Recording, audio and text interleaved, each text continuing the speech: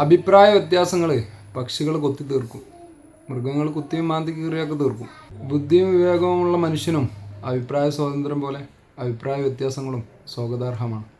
പ്രത്യേകിച്ച് സോഷ്യൽ മീഡിയയിലൊക്കെ നമുക്ക് ഇഷ്ടമില്ലാത്തത് കാണുകയോ കേൾക്കുകയോ ഒക്കെ ചെയ്യുമ്പോൾ തെറി അഭിഷേകം നടത്തുന്നവരും നിസ്സാര കാര്യങ്ങൾക്കും ഗുരുതരമായ മാനുഷിക വീഴ്ചകൾക്കും സമാധാനപരമായി സൗമ്യപരമായി പ്രശ്നപരിഹാരങ്ങൾ തേടേണ്ടടുത്ത് കയ്യേറ്റത്തിലും പകയിലും കൊലപാതകത്തിലും അവസാനിക്കുമ്പോൾ എന്തുകൊണ്ടും മാതൃകയാവേണ്ടത് ദൈവവിശ്വാസികൾ തന്നെയാണ്.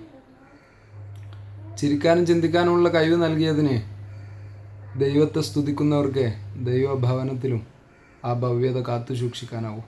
അമ്മയെ തല്ലിയാലും രണ്ടു പക്ഷം, പക്ഷേ അത് രണ്ടു കൂട്ടരും എങ്ങനെ ഏറ്റവും ഭംഗിയായി മാന്യമായി സൗഹൃദപരമായി ദീനിൻ്റെ മകുടോദാഹരണത്തിൻ്റെ ഉത്തംഗ ശൃംഗമായി പരിഹരിക്കണമെന്നതിൻ്റെ അമൃത മാതൃകയാവുന്ന പള്ളി ഭാരവാഹികളെയും നാട്ടുകാരെയുമാണ് നിങ്ങൾക്ക് മുമ്പിൽ സമർപ്പിക്കുന്നത്.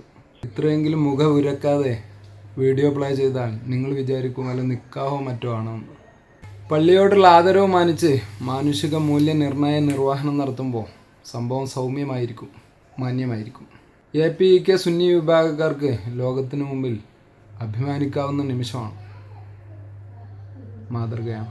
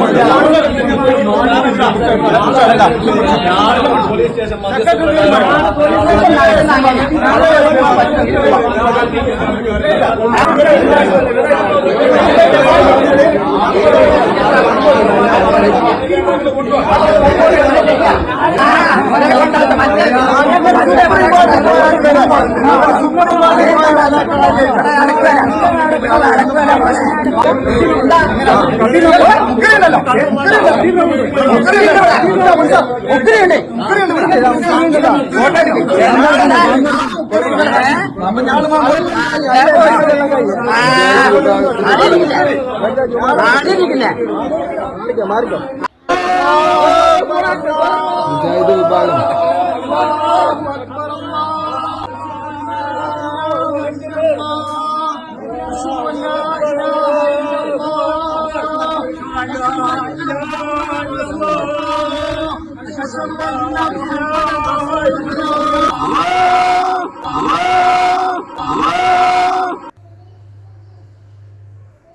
മുജാഹിദ് വിഭാഗം പള്ളിയുടെ പരിശുദ്ധി അത്രയങ്ങ് കാത്തു സൂക്ഷിക്കാത്തത് ഒരുപക്ഷെ പ്രശ്നം പുറത്തുനിന്ന് തുടങ്ങിയതുകൊണ്ടാവാം. അവരും അഭിപ്രായ വ്യത്യാസത്തിൻ്റെ മാതൃക കാണിക്കുന്നത് അഭിമാനകരം തന്നെയാണ്. ഞാനിത് പുറത്താ കൊടുത്തത്. മിമ്പറിൽ നിന്ന് പിന്നെ വിസ്തത്തിന്റെ പ്രോഗ്രാം അനൗൺസ് ചെയ്തു. അതിന് കുഴപ്പമില്ല. മിമ്പറിൽ നിന്ന് ഇത് ഗവൺമെന്റ് നോട്ടീസ് കൊടുത്തിനോ പറയാം ഇതാരവിടെ പുറത്തു പോവാം എന്ന് ഞാൻ കാണിച്ചു തരാം. ഇത് പറഞ്ഞു സത്യം ചെയ്യേണ്ടി പറഞ്ഞു കാണിച്ചു തരാം. വഹാബികളെ ഗാഫറാക്കുന്നത് മുസ്ലിമിയാണ് മുശ്രിക്കാക്കുന്നത് നിസ്കരിക്കുന്ന ആളല്ലെന്നോ ഇല്ല. വല്ലാഹി ഇവർ മുസ്ലിം അല്ല, അവർ നിസ്കരിക്കും. തബ്ലീഗ് ജമാഅത്ത് പൊതുവെ ഇത്തരം ഫോണുകളുടെ വിരോധാഭാസികളാണ്. അതുകൊണ്ട് തൽക്കാലം അവർക്ക് അഭിമാനിക്കാൻ വകയില്ല. ശുഭദിനം.